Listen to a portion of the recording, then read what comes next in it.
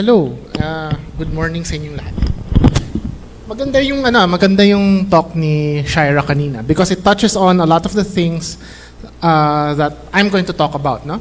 So the first part of my talk is pretty much about disaster comms. Pero yung later two-thirds nun is more about writing style. Kasi sa palagay ko, mas importanteng pag-usapan natin yung techniques used for writing. Because these techniques are basic across the board, whether you're doing science communications or whether you're doing journalism in any field, or even if you're a creative writer. Ang lagi kong sinasabi is that the tools for writing are pretty much the same wherever you go. So if you master those, you can master pretty much any kind of communication. So, let's do this, no? Unang-una sa lahat, when we're talking about disaster comms, one of the first go-to agencies that we talk about, the first go-to agencies that we reference, of course, is Pag-asa, because for the most part, the disasters that we face every year are weather phenomena. No, you also have FIVOX, for instance, because we're we have a lot of volcanoes and of course earthquakes. No, but by and large, most of the time, you will have this. You will have Pag-asa. Why? Because fortunately, weather can be forecast. Unlike earthquakes, there is no known way so far to predict when an earthquake will happen. So when it strikes, it's usually dinidescribe na siya afterwards na ganito yung intensity niya, ganito yung seismic origin niya, and then of course if there was any damage because of the quake, more of disaster comms na yung pinag-uusapan after that. But anyway, going on to Pag-asa, if you look at Pag-asa website, I'm sure we're all familiar with these, the basic storm signals 1, 2, 3, 4, 5. These have been revised over several years, no? Through the storm signals technically, they should be cyclone warning signals, and that's what we should call them, cyclone warning signals. But the general public usually calls them storm signals. It's easier to say, but this system has been updated and improved over the past few decades. Dati it was a simple 3-part system. Ngayon naging 5. No? The exact numbers you can look at online. You can just go to their website. But the key idea to remember about the warning signals are that they give you a lead time before a certain set of events, before a certain set of conditions, weather conditions happen. Diba? Like for instance, yung signal number 1, expected in 36 hours, yung wind speeds of 30 to 60 kph. It is exactly what it says. It's a warning of future events. Diba? I'm stressing this because a lot of the general public hindi nila naintindihan yon. Iniisip kasi nila na signal 1 pero maliwanag dito sa amin, diba? But it has to be stressed that it is of future events. And the reason why Pag-asa has a signal system like this, again, it's because for disaster preparedness, that you have to remember that given any storm signal in a certain place, hindi pa yun nangyayari, pero mangyayari yan in a short. And if you look at the different signals, the higher the signal, the shorter the lead time. When you reach signal 5, 18. So signal number 1 is 60 kph in 36 hours. Signal 2, 24. Pero when you get to signals 4 and 5, nasa 12 hours na lang siya. So it's half a day, And the reason for this is because if you think about the science behind storms, if it's nearing your area, ang typhoon kasi isang malaking especially if it's a well-formed typhoon, bilog siya, di ba? The strength of the typhoon is near the center. And if your typhoon is heading in your direction, syempre, wherever you are, closer to kung tatamaan yung lugar mo, nung typhoon mismo, at dadaan siya sa'yo, lalapit ka sa center ng bagyo, mas malakas yung mararamdaman mong hangin, di ba? So yeah, that's how it works. But the problem with this with this kind of system, and I'll get into it later, is that it's very abstract. No? Mahirap siyang ipaliwanag visually. Diba? When you see it, it's all numbers eh. So, and that's why hindi mo rin ma-blame yung public na hindi nila naintindihan na warning pala siya. I'll just describe other things and then I'll explain how we can address this situation. Of course, of course, you also have the rainfall advisories. The rainfall advisories, this is something also interesting. Ano? You will notice abstract yung numbers din, di ba? Na, where's the, okay.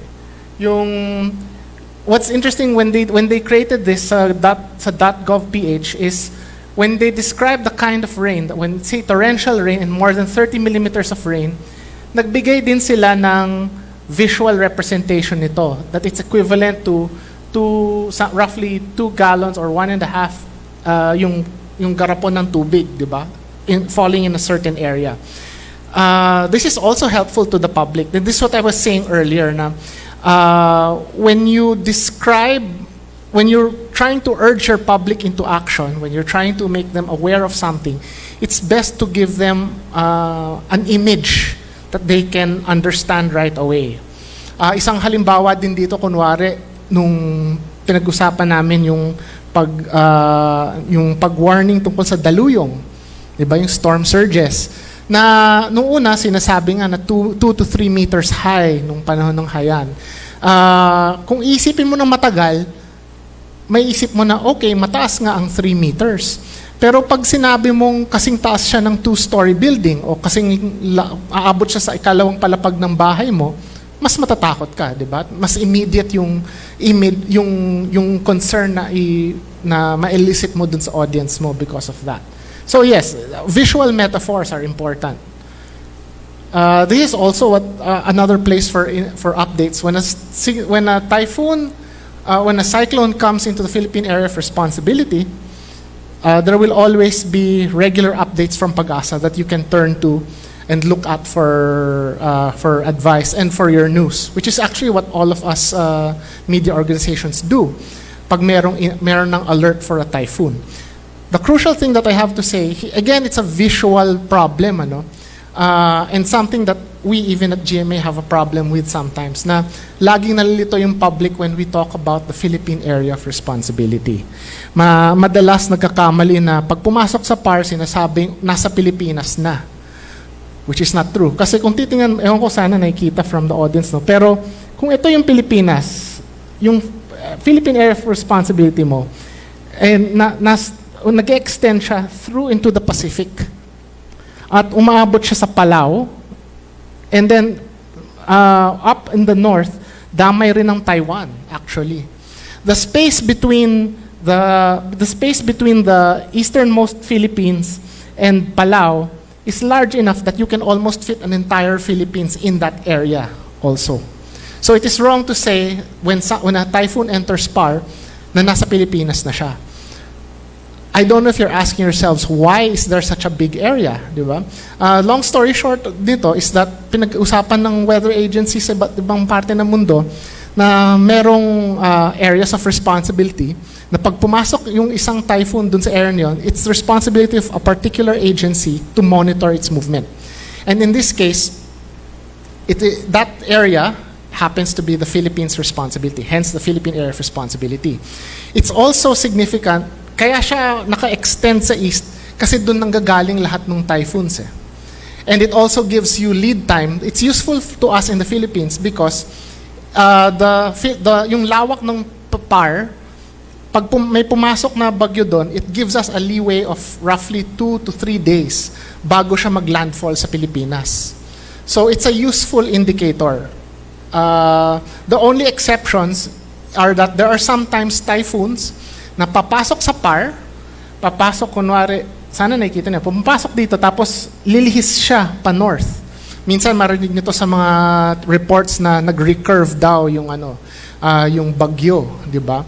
The problem with this is that hindi malinaw sa public na hindi siya immediate threat. Pag pumasok siya sa PAR at binalita mo na binalita mo na pumasok siya sa PAR, the public instantly has this idea na tatamaan tayo, 'di ba? But we have to be clear that that's not entirely possible sometimes. If you look at the projections, alam na within 1 or 2 days, aalis din siya ng Pilipinas. So it's a matter of conveying that, na kung nakikita ng experts na most likely hindi siya tama sa Pilipinas, we have to assure the public that it won't.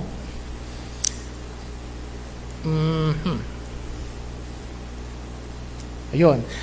Pag-asa also has regular thunderstorm updates, courtesy of Project NOAA's help too, na nag-alert siya when there are certain areas that are hit by sudden rainfall. Thunderstorms, usually 2 or 3 hours lang naman yan but they can be very heavy. When you do stories, you can use social media. The things you can do with social media, I'm sure you're already familiar with this. You can share and embed Pag-asa stories in your reports. If you're writing for a blog or for online, you can embed the reports into your own. So damay pati yung mga maps na ginagamit nila. And you can also crowdsource. That's one of the most important things that we've learned to do in GMA, is that sometimes when an event happens, we just shout out, "Kumusta kayo dyan?" O, lumindol sa Bohol, meron po bang naapektuhan? And then instantly you can have as many as hundreds within a few minutes answering your reply, even posting photos of what's happening, di ba? So it's a very useful tool for journalists, yung crowdsourcing. But before I segue to the rest of my talk, I want to say that science isn't always about answers.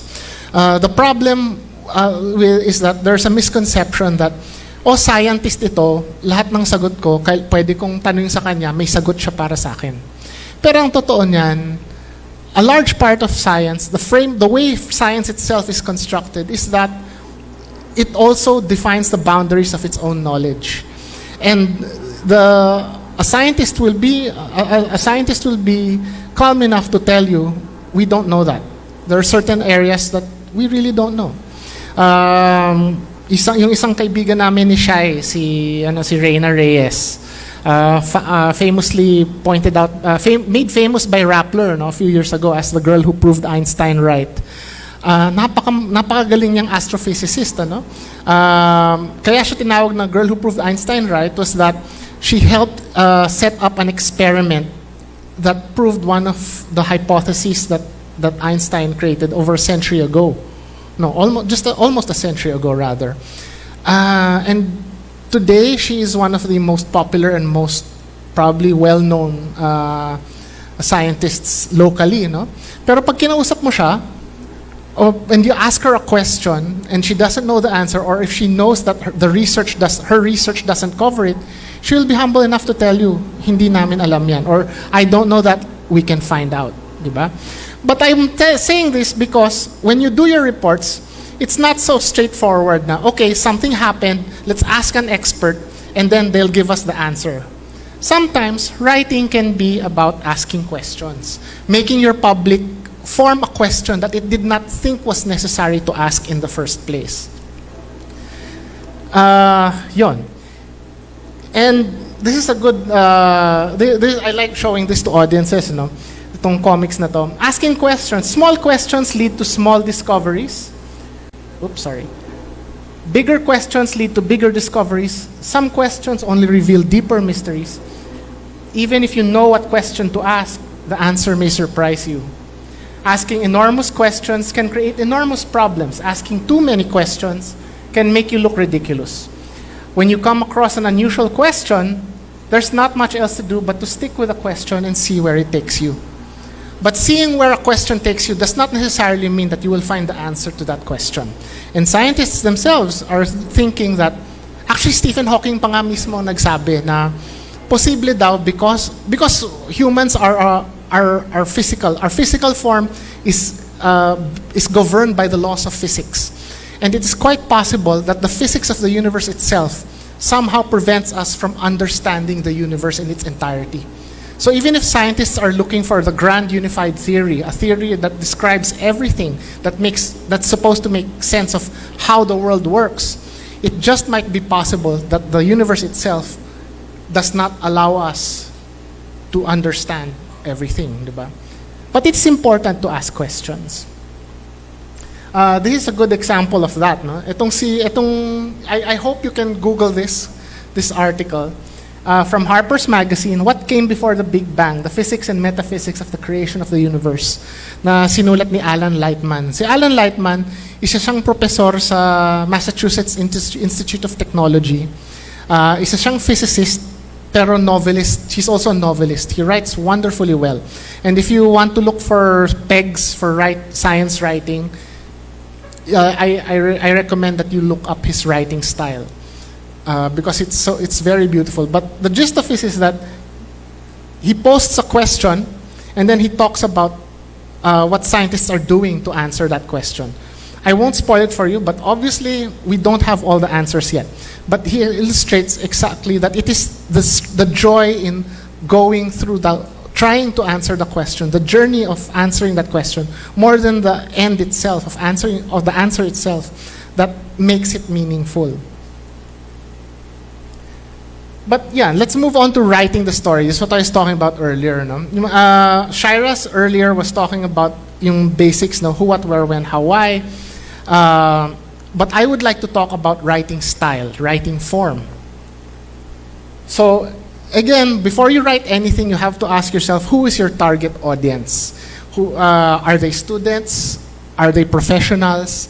What's their background? In advertising, we actually have you were actually asked to picture in your mind's eye kung sino yung titingin sa advertisement mo eh. Not just their demographics, but also their habits, their lifestyle. It's important to know your target audience because it will also dictate the kind of language you use and how to craft your story.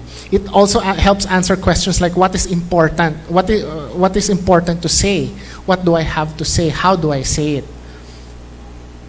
The fledgling writer is often very keenly aware of what she has to say, but rarely stops to think about who she's talking to. And you need to do that. You owe it to your readers.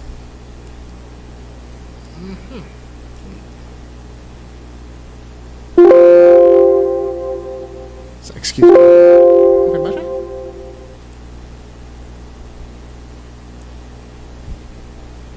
Okay. So this is already tackled by Shaira kanina, no? The standard who, what, where, when, how, why, but also so what. That's also another way of asking who's your target audience because it forces you to understand what makes your audience tick. Why should they be interested in what you have to say? Sorry, gumagana pa ba to?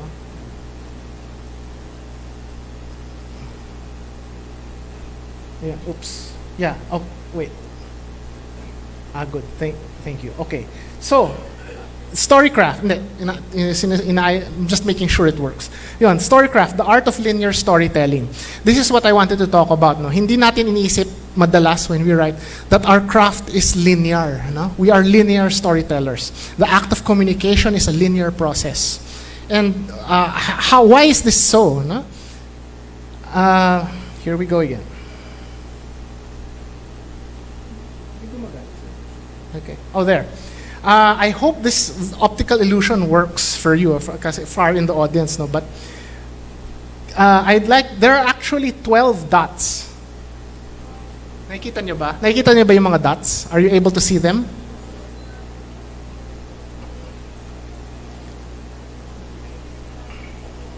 Okay. But it's not the number of dots that I want you to count. You will notice that you cannot see all of the dots at the same time. No? Hindi yan GIF, it's really an optical illusion. You cannot see all of the dots at the same time.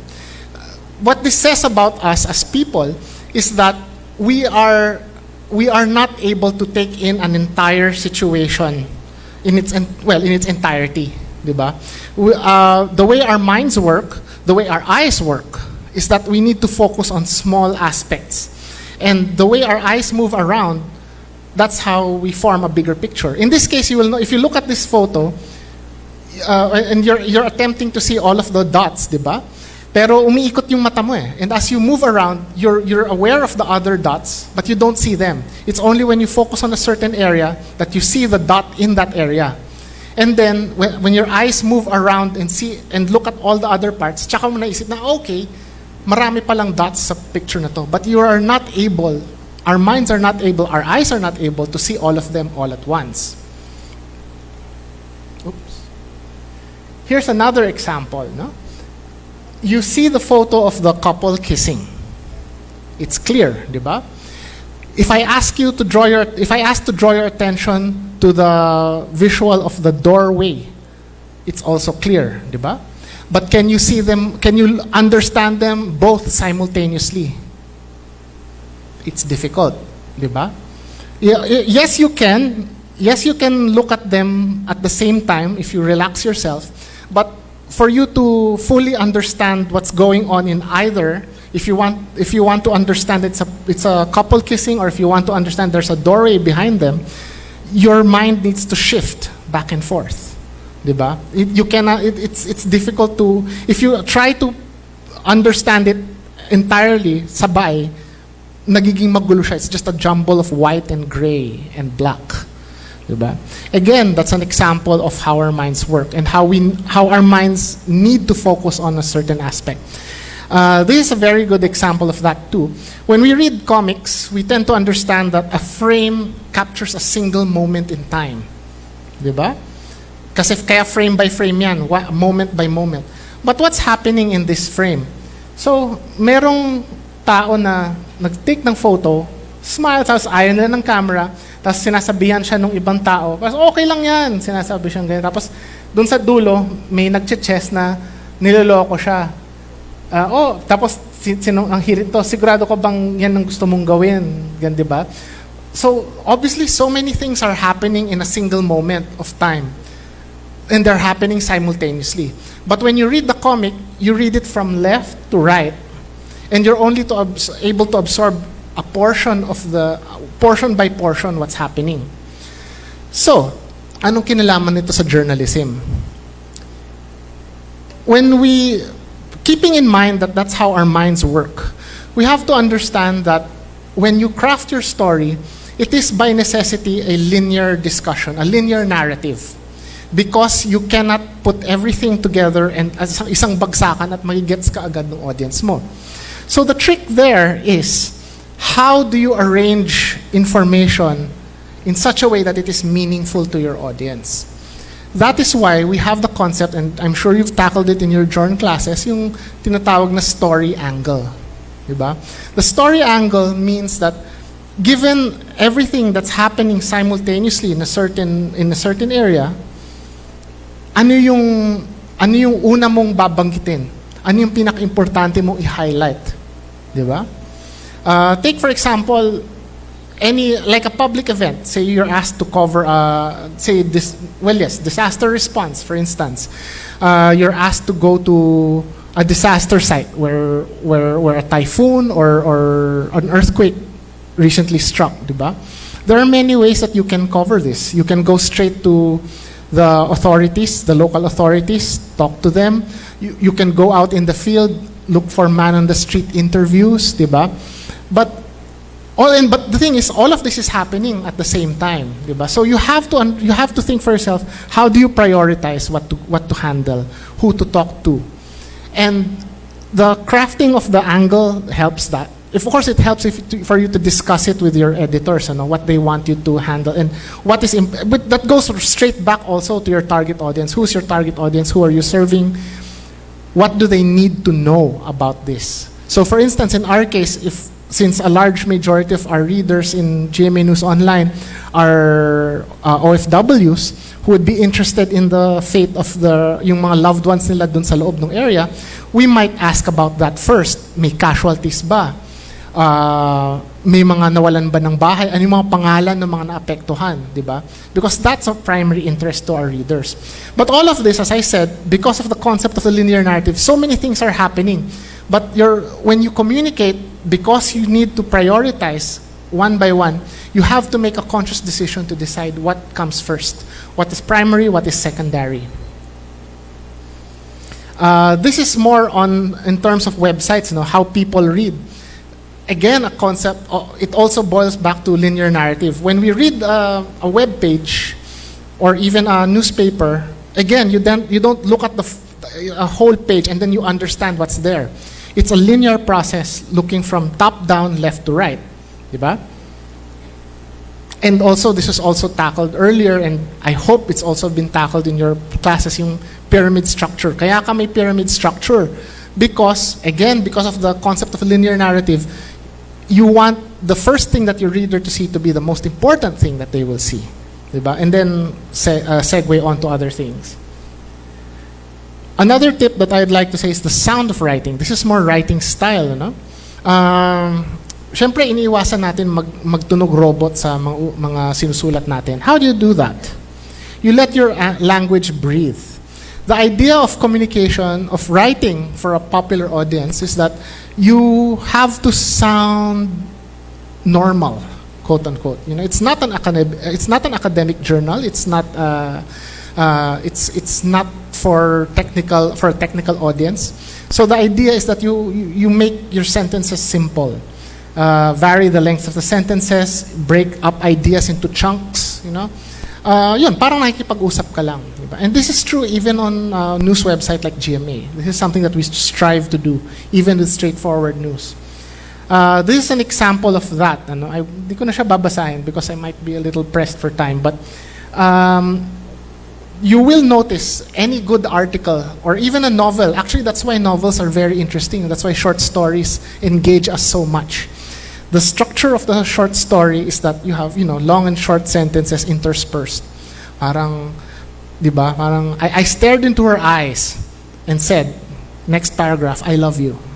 Diba? So it captures your attention because it's very human. Poetry is your friend. This is something I like to say too. Meter, rhyme, alliteration, allusion are invaluable in moderation. The problem with news is that we tend to think, this is straightforward news. There's no, I'll just say it as it is, who, what, where, when, how, why, and leave it at that. That's not entirely true.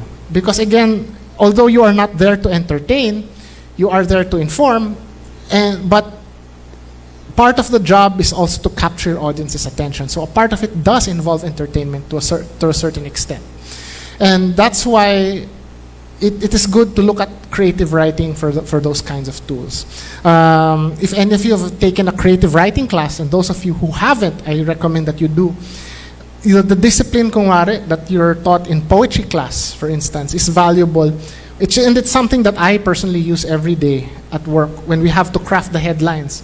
Because, if you think about it, like in a headline of less than 140 characters, parang tweet lang, you have to convey the most important information right away and convey the gist of your article immediately to an audience, diba? But how to do that in so short a space is actually very closely reminiscent to how you would craft a poem, diba? So it is a very useful thing, If you take up, I do encourage you to look at poetry, to read and hopefully even write your own. This is already an aspect of writing for particularly for online, right? Online style. As I said earlier, the headline can is their first and sometimes it's your last point of contact with your audience, If you don't hook them on your headline, they'll not read your article. The same goes to, especially on social media with the photo, the attached photo, diba? And I'm sure you've seen this. If you scroll through Facebook and you read, it's usually the photo or the headline or a combination of the two that captures your attention. Otherwise, it's just spam and you're going to scroll through. But here are the tricks to doing that, I forgot I had this slide. But the headline is your first and oftentimes last chance to hook your audience. And the headline photo should complement each other. This is very crucial. How do you do that? Let's look at this example from GMA News. Einstein's last prediction close to confirmation. went viral actually on that day. What was surprising about this example was that it was not even an in-house article of GMA News. It was syndicated from Agence France-Presse yata. So it was not exclusive to us. At least the body of the story wasn't exclusive to us. But our version of the story went viral because we tweaked the headline and the photo. I'll explain what it looked like. The next slide is what it looked like before this. But let's talk about this first. Einstein's last prediction, close to confirmation. Again, the tools of poetry come into play here. Brevity and impact. We put Einstein at the very first because we're taking a gamble that generally everyone knows who Einstein is, di ba? Baka hindi mo nga alam kung ano yung general theory of relativity, you might not understand it, but at least alam natin in popular culture that Einstein is a very famous scientist. That, and then last prediction. We chose the words last prediction because it sounds very mysterious, di ba? Parang siyang, you could have taken out Einstein and said Nostradamus' last prediction, and it would have had the same impact, di ba? There's a sense of mystery to it. Einstein's last prediction, ano kaya to? Tapos close to confirmation. So there's that sense of excitement that we wanted to convey. Na here's this mysterious person, this brilliant mysterious person, he made some kind of prediction about the future, and now it's going to happen. Diba? Ganun yung impact ng headline. And then to drive that home, we chose a photo of Einstein that it's very iconic, yung itsura niya na magulo yung buhok. But it also complements the headline, because not only is the person actually there in the headline, but also the way he looks out into the audience, yung parang, I know something that you don't, and I made a prediction, and now you're going to see the results of my forward thinking. Diba? Generally, the impact of the entire thing is one of mystery, which we used precisely because we wanted to bring it home to a general audience that may not necessarily be interested in the actual discovery. What was that actual discovery? Gravitational waves. This is the exact same story as it appeared on a European website, and this was exactly the original headline. Gravitational wave rumors ripple through the science world. I don't know if you can see the shares, but whereas the Einstein article got 9,000 shares, and this appeared later in the day, mga tanghali na to. The original article, the original article appeared earlier that morning and garnered 5.7K shares. So surprisingly, especially for a relatively small website in the Philippines that caters to a niche market, Filipinos, we somehow managed to have more readers. The problem with the original article was that, eto pa lang if you're talking, this is to be fair to, I think this was Science Alert yata, to lumabas, no? To be fair to a publication like Science Alert, obviously sa title pa lang ng publication, it's catering more to science-minded audience. So in their case, respective to their audience, this headline might work for them. But for us as lay readers, notice the difference. Gravitational wave, ano yun? Diba? If you're not following developments in physics, it might not catch your attention. Wave rumors ripple through the science world. Even if you don't know what gravitational waves are, rumors pa lang pala eh. So why bother? Why should I pay attention to this? Diba? And then ripple through science world, yun, problematic din yun. Because, hey, I'm not a scientist, I'm not part of the science world, so why should I care? See, there's that question again. So what? If I am a general audience, I'm a Filipino living in the audience, I'm a part of a Filipino audience in the Philippines, I have my own concerns. Why should I read about a science world and rumors in that science world about something that's in gravitational waves? Ano yun, as long as I don't fly off the earth, diba? Parang gravity works. It works just fine. So, kebs ko, diba? Plus, notice the photo. Ano yan, diba? If you are not aware of who these people are, and if some of you in the audience, I hope someone in the audience recognizes what that clock is. Does anyone in the audience know what that is? No?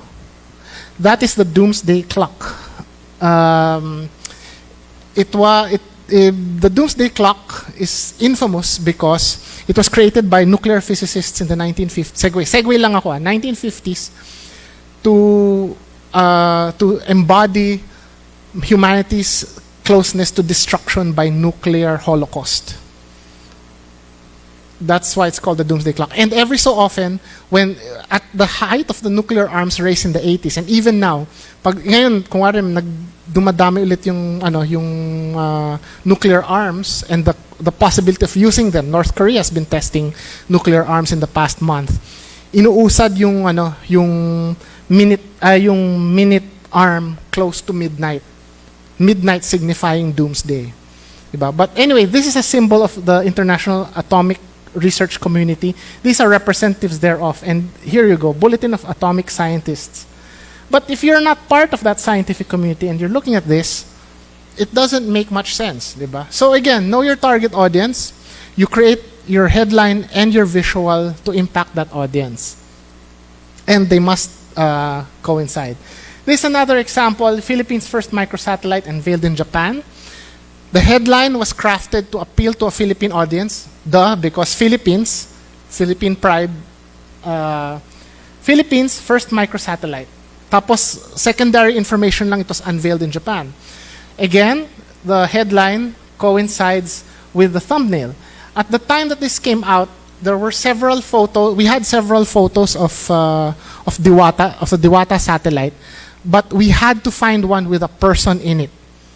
Kasi otherwise, it would be cold. Not only would you not have no idea of how big the device is, but without a person in it, it doesn't feel very human. It doesn't feel like a human story, diba?